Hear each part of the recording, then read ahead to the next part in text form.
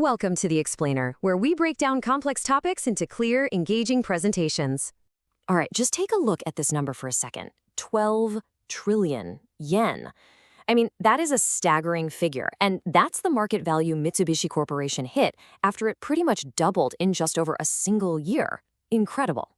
So the big question is, right? How does a company that's been around for over a century suddenly pull off a move like that? Now, this wasn't just some lucky break in the market. No, this was the result of a really deep strategic transformation. And that's what we're going to get into right now. Okay, so here's the plan. We'll look at their new core strategy, the tough period that really forged it, and then some real-world examples. After that, we'll see how they stack up against rivals, what investors should be watching, and, of course, the key takeaways for you. All right, section 1. First things first, we need to understand the huge shift in how they think about their business. So at the very heart of this transformation is a concept they call MCSE. Now, what does that mean? Well, it's about moving way beyond just being a trader. Instead, they're actively building these new integrated business ecosystems by combining businesses they already own in really clever ways. So the key thing to get here is this. They are no longer just the middlemen. They are becoming the creators and operators of entire value chains. And, this didn't just happen overnight in some boardroom. This shift was born out of some really tough times. Which brings us to section 2. This new strategy wasn't just an idea on paper. It was really forged in the heat of the last 5 pretty volatile years. I mean, talk about a roller coaster. Just look at this timeline. 2020, the pandemic hits, and boom, profits plummet, especially with a huge loss in their consumer group. But then, a massive, sharp recovery kicks in, driven almost entirely by their metal resources business. And then, you see it. The strategy really starts to take hold, and their market cap just explodes, doubling.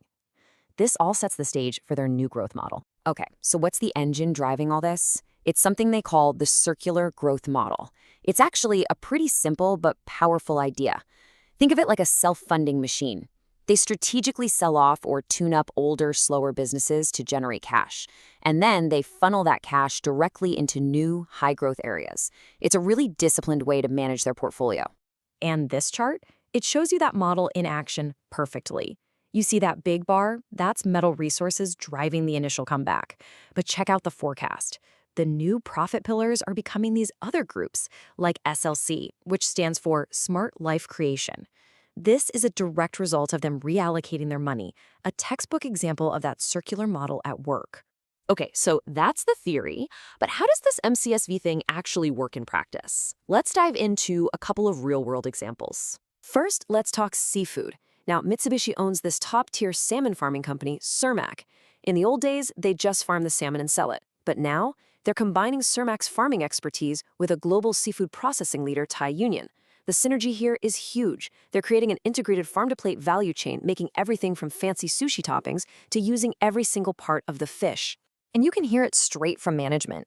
The whole point is to create a synergy that unlocks value that neither company could ever dream of achieving on its own. It's a classic case of the whole being greater than the sum of its parts.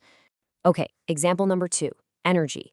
They have this big European energy company, Eneco, but they're not just using it to sell power. No, they're treating it as a platform. From that platform, they're launching all these new combinations, linking Eneco's energy supply to things like EV leasing services, or battery storage, or even direct-to-consumer businesses. It's a launchpad for future-focused stuff, like creating green hydrogen. And this new way of doing things, it really puts them in a league of their own, totally redefining what a Sogo Shosha can be. This table just lays it out perfectly. On the one hand, you have the old way, acting as a middleman, trading commodities, taking small stakes. But on the other side, you have their new model, being an active operator, integrating entire value chains, and creating those new combinations. It's a total mindset shift. All right, so for all the investors watching, what are the key metrics to keep an eye on? Let's pull up the investor dashboard. Well, first and foremost, they are showing a huge commitment to shareholder returns. We're talking about a progressive dividend raised to a new sustainable level. And on top of that, a massive 1 trillion yen share buyback program. That's a serious statement of confidence. And management is very clear about this. This is their policy. Maintain that rising dividend and be ready to do agile share buybacks whenever the cash flow looks good. It's about balancing that growth investment with direct returns to shareholders. And here's the really important part. They're managing all this with serious financial discipline. They have a hard cap on their debt-to-equity ratio at 0.6. This basically signals that while they're going for growth, they are absolutely keeping the company's financial health front and center. Okay, so let's wrap this up. What are the key things you need to walk away with? Here are the 4 big keywords to watch. First, MCSV. That's their value creation engine. Keep an eye out for more of those new combinations. Second, the circular growth model. That's how they fund everything, so watch for those strategic asset sales. Third, EX/DX. That's energy and digital transformation. That tells you where their money is going. And finally, the SLC group, their smart life creation arm. That's a key indicator of their push into businesses that are closer to you and me. So this really brings us to the final thought. As Mitsubishi continues to build out these new ecosystems, everything from food to energy to digital services, it leaves us with a really fascinating question to think about. Thanks for joining this explainer.